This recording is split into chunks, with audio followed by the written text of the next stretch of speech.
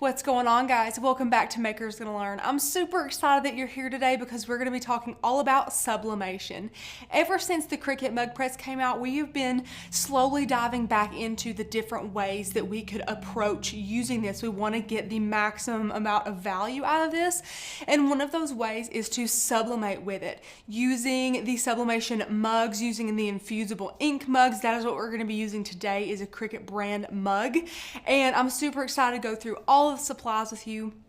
Again, as always, we will have the supplies and steps for this process written out for you, so you can see all of that below. We have all of our supplies linked as well, so if you are curious about what we're using, you can go ahead and click on that. The only thing that we are not going to link for you guys today is the Sublimation Printer.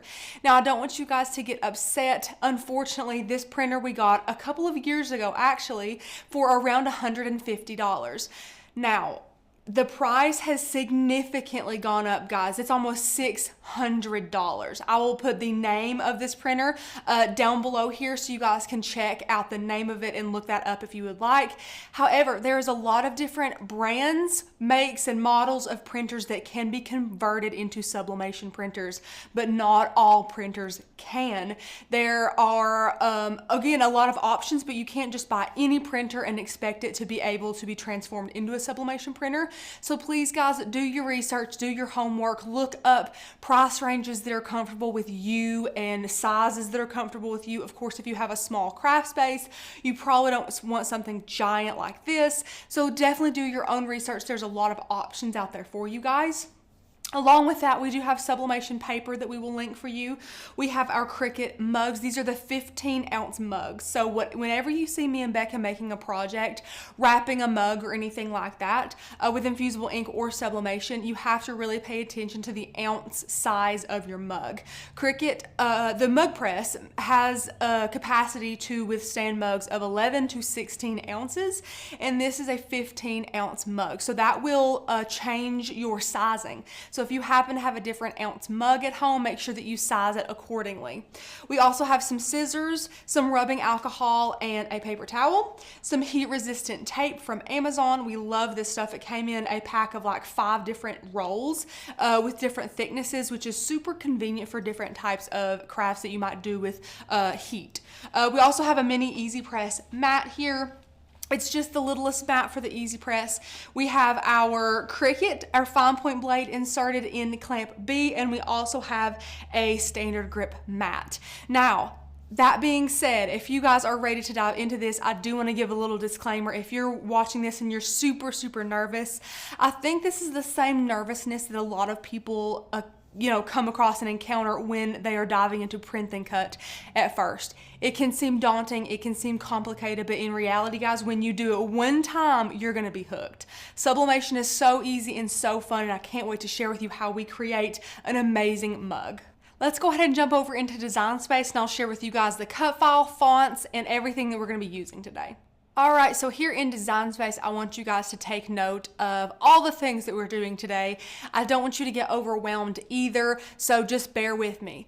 The size of our mug, again, is a 15-ounce mug. Now, we're going to kind of DIY our own mug wrap for this. If you've seen a lot of other infusible ink mug wraps, there are fun things you can do to leave the tabs on to make them sticky on the edges and a bunch of fun stuff like that. Since we're using sublimation, we're kind of going to hack the system and do that ourselves with basic shapes. So the size that you will need your mug wrap, if you have a 15-ounce Cricut infusible ink mug, is 9 1/4 by 4 1/4.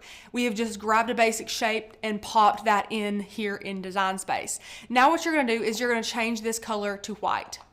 Now, since there's a lot of white here on the canvas, we'll go ahead and change the canvas color.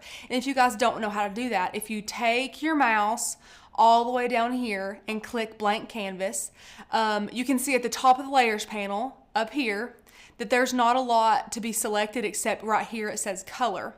If you select color, and you can click any color you want, let's just do a light gray just so we can see a little bit better.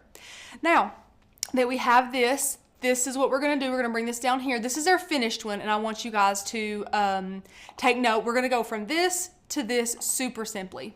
So the cut file we're using today is the glitter drip cut file. I think it is so beautiful, and something so easy about this cut file is that for most, if not all, of your sublimation projects, you don't really have to do a lot of manipulating with it at all.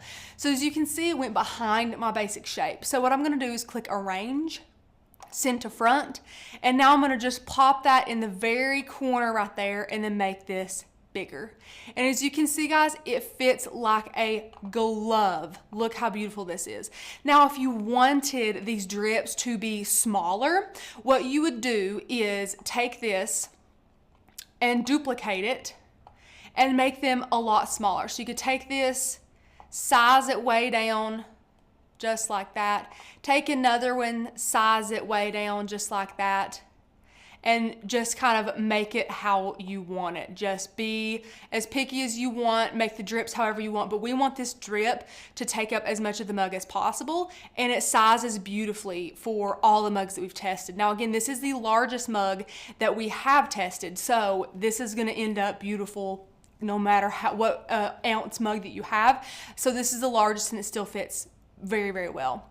So now at this point, what you're going to do is start working with your fonts if you choose to use fonts. You do not have to. It is not 100% mandatory to use fonts. We just wanted to add a little bit more flair to this. We wanted to add this quote that said, "Less bitter, more glitter." So the fonts that we're using today are Hopeful and Flourish. So those are the two fonts. Again, they are going to be linked in that supply list for you guys as well, so you can quickly find those. And I'm just going to do two words because it's just it's just two fonts, but it's very repetitive. So what we're going to do is grab a text box. We're going to go up and select our font, Flourish. And I'm going to go down here and just type out less. Now here you can see this is how it looks. One thing that you guys need to do is go ahead and kern this. Now you might be thinking, Rachel, don't we only kern script fonts? Well, you totally need to be kerning script fonts, but you can kern these as well. So if you go up here and bring your letter spacing down a bit, they just kind of fit a little bit closer together, and I kind of like the look of that. Now we're going to go and get a text box and get our next font, which is Hopeful, and type out Bitter. Now this font clearly needs some kerning. So what we're gonna do is first and foremost use that letter spacing tool to bring those letters in.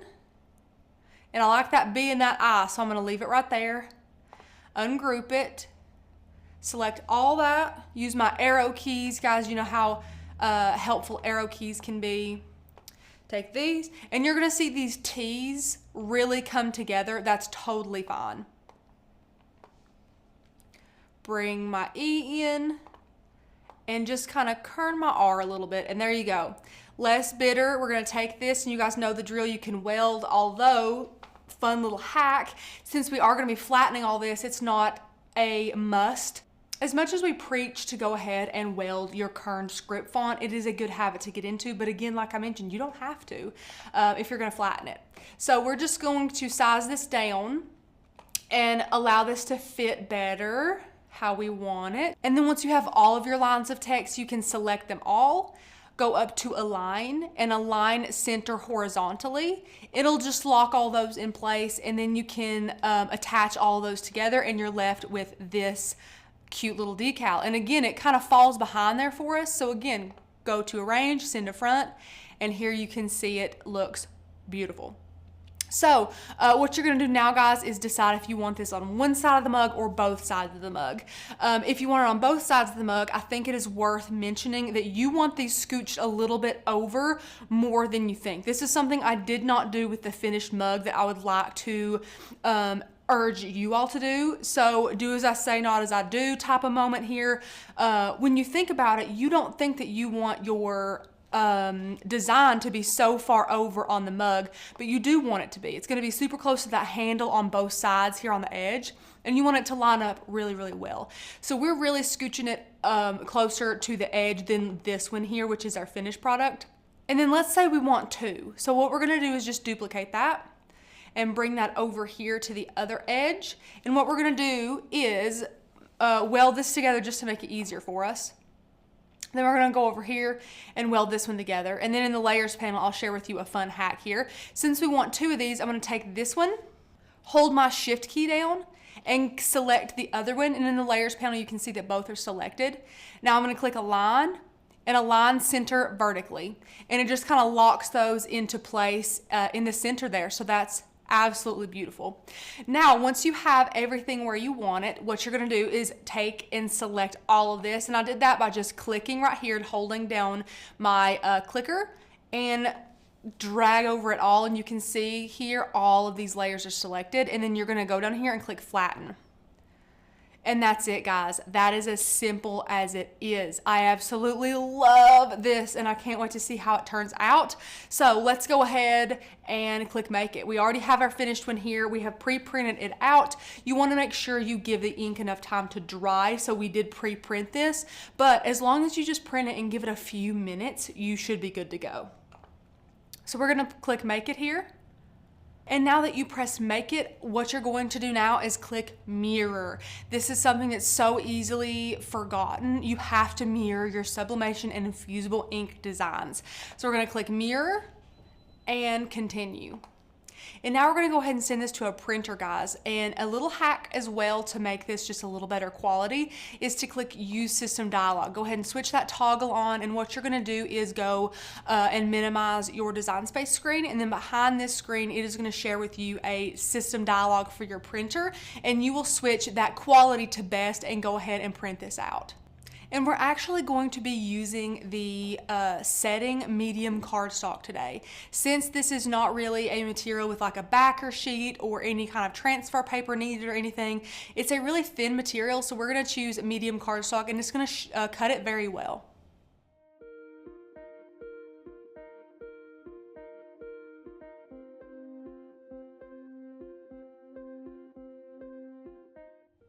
Guys, look how easily that cut out. Beautiful. Now you can go ahead and leave that on the mat, and then we're gonna prep our mug.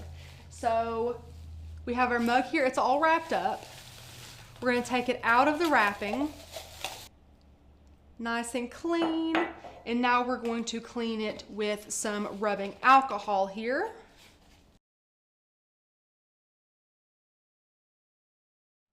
And when it dries a little, I'm gonna clean it off with a microfiber towel. And now that that's nice and dry, I can set that down. And what I'm gonna do is get 2 pieces of this tape ready to go for me.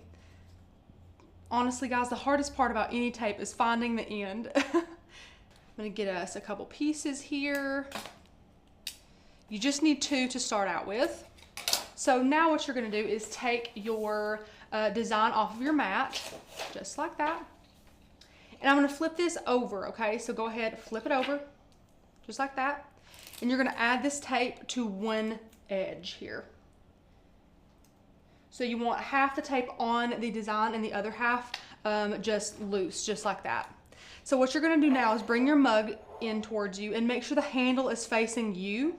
And what you're gonna do is you're gonna take this, place it down on the table, and pull it in, and make sure that your design is down flat on the table, and make it even. So since we only have tape on one side, this is gonna make it a little bit easier for us to do. Make sure it's nice and even. And once you like it, once you think it's nice and even, which again, be picky about this, guys. Make sure you're setting it down to make sure all the ends are straight. You can go ahead and tape that one side. And once you tape that one side, now you can go through here and make sure you have a really tight grip on the whole thing. You want this to lay down super nice and tight. Put it on the tabletop to make sure everything is tight, and holding it very tightly, grab your other piece of tape and lay it down also. And once you have both of those taped, one thing I forgot to mention is make sure that your design is facing the correct way. I don't want you guys to seem like that's a duh, Rachel, but I totally did this when we were testing before the video. I put it on backwards. I also forgot to mirror it once, so thank goodness for testing. But once you have it like this, you can feel free to tape the top and bottom. I'm gonna tape the top, however, I'm not gonna tape the bottom because the bottom is just white. We don't need to tape it because there's no color down here. We don't have to worry about the saturation down here. So what I'm gonna do is just take a couple pieces of tape. I'm probably just gonna need 3 larger pieces of tape. So I'm gonna just cut that off, cut that one, and one more. And what I like to do when I tape my mugs, guys, and I'll put this on here so you can see it better, I do apologize. I like to have the handle facing out and start in the center of the other side, because if we see some rippling or anything like that, we can take care of it over there on the edge. If we started from the edge and worked in, if we had like a big ripple in the top on the front here, it would be a lot harder to take care of than if we kind of move from the middle around to the edges. So that is what I'm doing. Now, once this is done, guys, there is really nothing left to do. Again, we're not gonna be doing the bottom just because there's no color down there. If you have any color down here at the bottom, please go ahead and tape your mug down there. We've done rigorous testing and found that it is necessary to tape your mug top and bottom. It just really helps things move along and be a little bit more saturated, more professional. So you're gonna bring your mug press in, and it is preheated. And all we have to do is slip it in, and the only thing that we need to make sure of is that both edges are covered in this mug press, that is. So I'll probably readjust as I place the paddle down a couple times just to make sure that we get all of our seams in there to be heated. So we're gonna slide it down. It's been preheated for us. And I'm just gonna line it up and close that clamp down, and then it will start that heating process for us. So I can't wait to see the results of this. I'm gonna go ahead and clean up my workstation and wait for this to heat up, and then we'll go ahead and allow it to cool. Okay guys, we've cleaned off our work surface nice and neat, and our mug is done. So all you have to do is open up that paddle, carefully pull your mug out. It's gonna take about 15 to 20 minutes to fully cool down, but you really want to allow it the full time to cool because you don't want to burn yourself or anything. So definitely be patient and allow this to cool down. And once it's fully cooled, guys, you can just remove all of this tape here and reveal your gorgeous mug. Guys, look at that. Look at that saturation in the color. It looks amazing. Look how cute. I love it. Now you guys might have noticed when it is printed, it is definitely duller on the paper. When you use sublimation paper, it really soaks in all that ink, but it does look really dull on the paper. So you might be thinking, well, let's see how black looks on it. It looks a little dull, I don't know about it. You really do have to heat it and do the whole entire process to even see how the results are going to look. And I'm super happy with them. I think this is a gorgeous mug. I hope you guys enjoyed learning all about how to make this mug with sublimation. I really, really love using sublimation with our mug press. It is a wonderful product, and we really want to dive and branch out and make sure that we can really get our money's worth out of it. So sublimation is a great way to do that. Don't forget, when you're using any type of infusible ink or sublimation or anything like that, you do need special sublimation blanks. So that means you cannot just go to Walmart or the Dollar Tree and get a mug and hope that it works. It will not. All sublimation and infusible ink mugs have a special coating that can absorb that ink. It will last forever. That is one thing we love about infusible ink and sublimation. Thank you guys so much for watching, and I hope you have a fantastic day, and I'll see you in the next member-only video.